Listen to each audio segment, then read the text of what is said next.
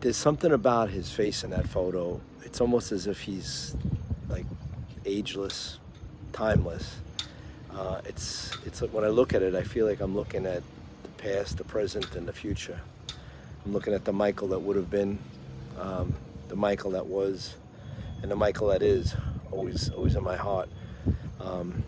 I thank you for that question, because no one else has asked it of me. And it's a pretty profound feeling I get looking at it. You all know the power of those family photos, quite often sitting on the fridge. They evoke such memories, don't they? Particularly those photos of loved ones who are no longer with us. There was a post I saw recently here on LinkedIn that just really struck me to the heart. And I reached out to Joseph Fox, got to know his story a bit more, and I thought, goodness, I want to share this with everybody here.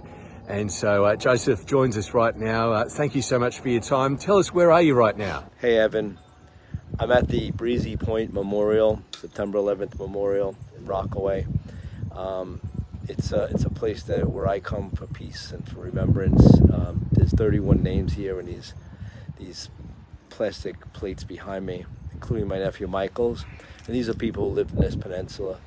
And this cross behind me, this steel cross, this is from the beams of the towers that was made for us out here. And this is a place where I come all year round. It's a place of serenity and peace. It came from pain, obviously. Joseph, thank you for sharing this. What a lovely spot you're in right there.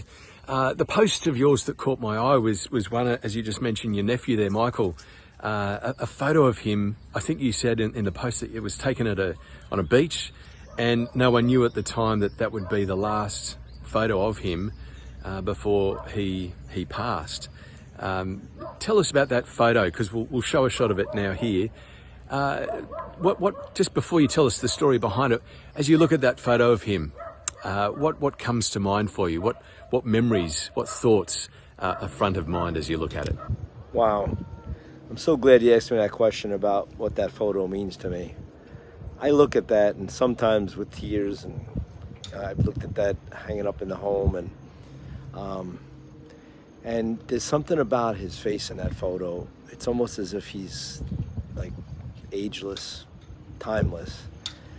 It's like when I look at it, I feel like I'm looking at the past, the present, and the future. I'm looking at the Michael that would have been, the Michael that was, and the Michael that is, always in my heart. I thank you for that question, because no one else has asked it of me. And it's a pretty profound feeling I get looking at it. Joe, I've got goosebumps down the back of my neck as you share that. Yeah, it's a wonderful photo. He died on September 11, 2001, when the towers came down. What do you want to share with us about that situation, your memories of the day, how it unfolded? Because you've retired now from NYPD as a chief of police, but this is going back over 20 years now. So, yeah, that day. So I was living across the water here in Marine Park at the time, Brooklyn. I was a chief of a borough, a 2-star chief in the NYPD. I had a lot of commands and a lot of people that I was responsible for. And first plane crashed, and the second plane crashed, and we were given a command to not go to Manhattan. And that kind of killed me, because the pain that I was feeling then, that the whole world felt, and that people feel every year and throughout, is the feeling of not being able to do something. So I did what I could. I went around the office and checked on people, and then I started to do visits. And then I got there a few hours late, and I would spend every day there until the site closed. But I was getting these messages from my sister, Veronica, his mom, and she was just telling me throughout the day she's worried about Michael.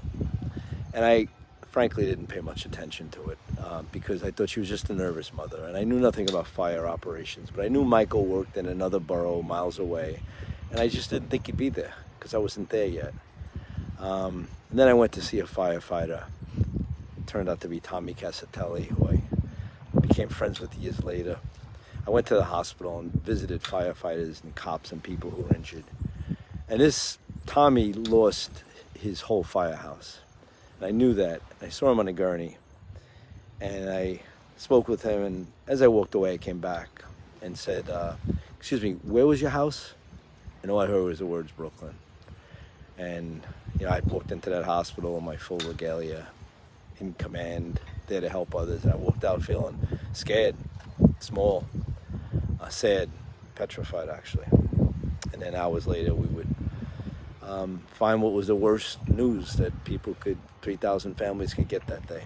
It's almost impossible for us to understand what you must have been processing that day in such really a short period of time with so much going on. What actually happened with Michael that day? Was he in one of the towers, or do you know what he was doing? Thank you, Edmund. Yeah, it was a lot. So Michael, his house, engine 214, ladder 111, they called it the Nut House, and it was on Hancock Street in Brooklyn.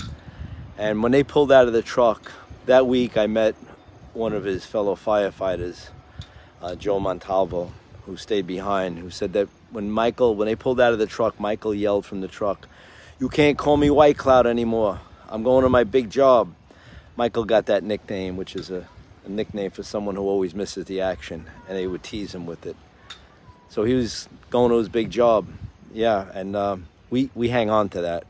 We hang on to the fact that he died doing what he really loved doing and wanted to do.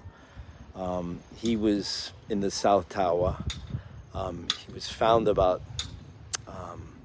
6 weeks later with 4 other firefighters with him, and he was in that tower when it collapsed. We think he was in the lower level. So the South Tower was the second tower hit, and the first one to go down. He died trying to save others. As you look at that photo that you posted a few weeks ago now, beautiful photo that has such lovely memories for you, and having shared what you just have, thank you. What's his legacy? What do you remember of him? And I'll ask you in a minute about the photo, how it was taken, because it's what a great photo. But just again, if I can ask you, as you look at it and you remember, as you just said, he died doing something that he loved. He wasn't alone, trying to save others. What's his legacy? How do you think of him? Now, I mean, I'm sure there's a lot of things you want to say, but the first things that come into your mind about him now, as you remember that photo. Michael's legacy. So 3 years before 9/11, he graduated the fire academy, and I went to the graduation, of course.